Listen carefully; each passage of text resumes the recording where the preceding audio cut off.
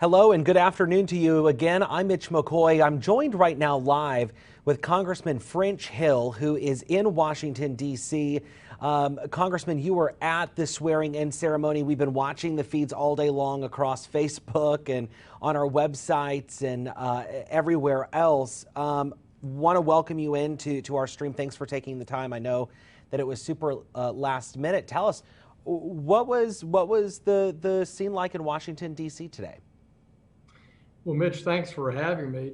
Two opinions. This is not my first inauguration. I've gone to them over the past 30 years. And so my first impression was the incredible three perimeters of security around the Capitol, including those from the Arkansas National Guard, that created an environment, heavily secured environment.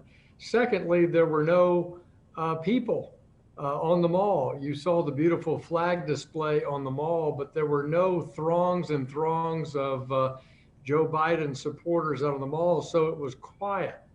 It was a beautiful ceremony with intermittent snow flurries and bright sunshine both, and it was a solemn occasion on this 59th inaugural ceremony at the U.S. Capitol.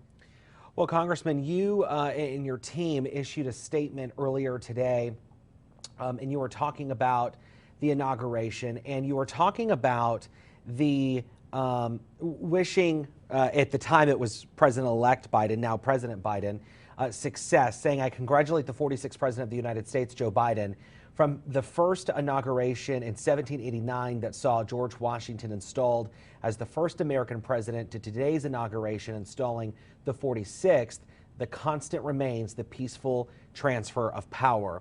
You know, Washington, D.C. has been full of so many twists and turns over the last couple of weeks here. I mean, well, you could almost say since November, but certainly within the last couple of weeks.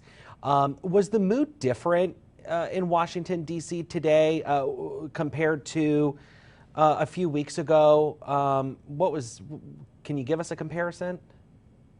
Well, don't forget, we were in seats on the dais observing the inauguration, which was the exact site where the rally turned to riot and a group of criminals stormed and broke into the Capitol. So it was not lost on any of the members of the Supreme Court, the House, or Senate that just a few days ago, where we were seated, was the site of a bloody struggle where ultimately 5 people lost their lives.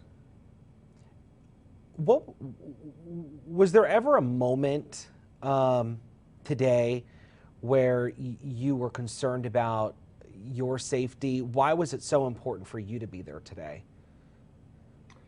Well, I believe in American history. I believe in that very important constitutional transfer of power. I believe in the importance in American history and in the present day of ceremony and tradition. So Martha and I were proud to be in the audience to observe that peaceful transfer of power.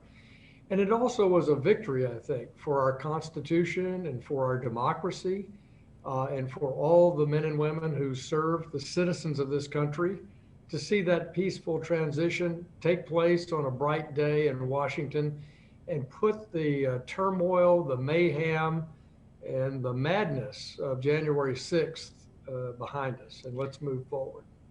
I saw the ceremony today. It was certainly different. Obviously, everyone's wearing face masks.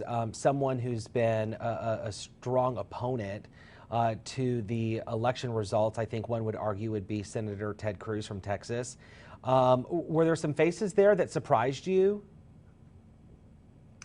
You know, I didn't see any of the most outspoken people who led the debate on the House and Senate for the certification of the election. They may have been there. Despite fewer people being at this inaugural ceremony, it was still a large crowd spread out. And as you say, everybody in a mask, so it's more like a masquerade party, I think, when you're trying to pick people out of a crowd. That's true. That's true. You know, probably important for people to note that, and correct me if I'm wrong, you did not object to the election certification here for the state of Arkansas, the presidential electoral college count. The message that President Biden has had over the last several weeks has been America United. What did you take away from his speech today, as we've heard time and time again that he has to kind of bring everyone back into one lane?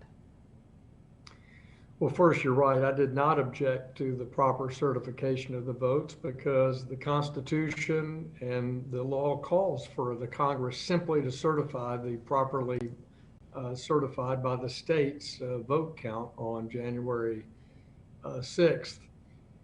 You know, I thought Joe Biden's speech, if I had one word to describe it, I would say genuine. I mean, we had, come on, folks, and we had some stories and poetry and thoughts that guide his way of operating. Mm-hmm. And you're right, his reputation in the Senate was one of respect for the institution and one of trying to find solutions to challenges. I think he's got a big task ahead of him to try to find that middle ground that American voters want in a very divided Congress. We have a tie in the Senate, and we have a Democratic majority in the House, but with a much more narrow majority than in the last Congress, and going to become smaller because several members of the House are leaving to go to work for President Biden. So Joe Biden has a very careful balancing act. If he wants to bridge that gap and bring our country together and talk about unity, but also achieve policy changes that have the support of a majority of the American people, he needs to involve Republicans in the House and Senate in helping set that agenda. Well, and you kind of stole the words right from me, or at least the question. What do you think the next 100 days or the next year is going to look like in Washington, D.C.? The Republicans lost control of the House. They've lost control of the Senate. They've lost control of the presidency. How important is it for you to ensure that Republicans still have a voice when it comes down to when the House is in session? Well, that's, I think, clearly been expressed by the voters. You're right.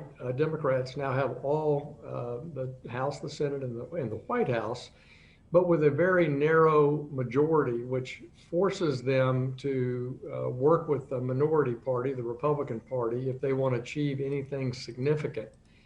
And so I would urge the president to go beyond executive orders and go beyond some of the talking points of the campaign, outline his principal concerns, and then engage Republicans in the House and in the Senate to create a bill that can be supported by all those Biden voters and those 74 million Trump voters out there spread across the United States. We need to govern in a way that people can recognize big things are getting done and that both sides have given a bit away in order to achieve longer term results.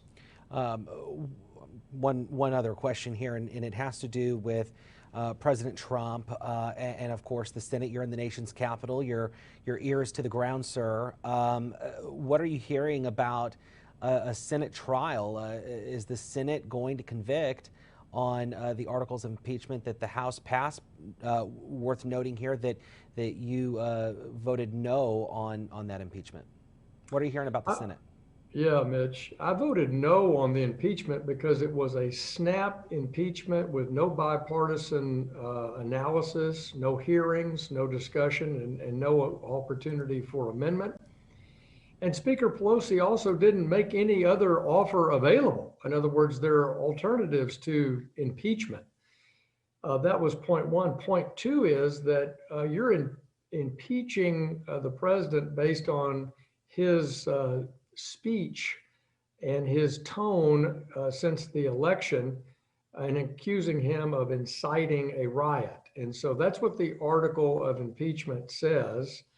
I think the conversation's a lot more complicated than that, and that the facts were not known when we were asked to vote on it about the detailed premeditation of what happened at the Capitol and the lack of security at the Capitol. And also speech. Every politician should be very concerned that suddenly speech is an impeachable offense and removal from office. So I think if the Senate proceeds with a trial, they'll need to have witnesses, hearing, and debate, and then the president will have to have an opportunity to present his case. And if they do that, then I will deem that a fair process.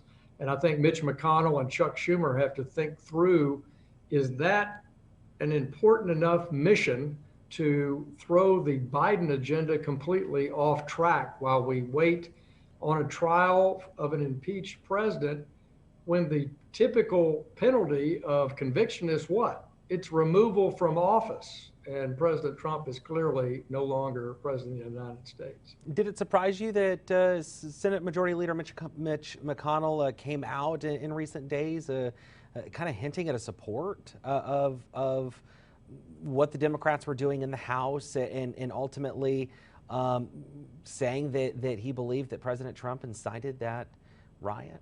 Did that surprise you?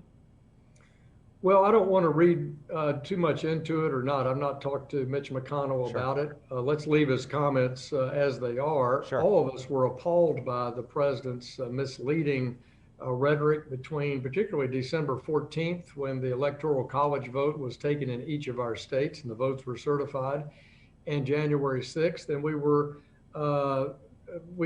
I thought his comments were unforgivable along the way. And does that rise to impeachment? That's open to discussion. But I believe the majority leader at the time was just expressing his sheer disappointment in the president's rhetoric. So let's see what happens in the Senate. Well, and Congressman, we know that that's going to be the debate over the next several weeks, possibly the next several months here. But today is history in the making, and we're looking at these live pictures together at the White House in our nation's capital. It's where Congressman French Hill is in Washington, D.C. He attended the inauguration ceremonies this morning. Congressman, any final words as you know, we have Arkansans watching. We heard from President Joe Biden, obviously a Democrat. Arkansas went for Trump almost in a landslide. Any final words as we, I guess, as President Biden tries to bring America back together again? Well, I certainly wish him well and look forward to working with him where that is possible. And I urge him again to reach out across the aisle as president to try to do big things. Today, Mitch, I was proud to see George W. Bush and Barack Obama present for the ceremony. I wish President Trump had been there because, as you said, this is an historic, traditional moment in American history where we transition the power of our government peacefully in this great republic. But it was a touching day, and I'm glad to share a few minutes with you to talk about it.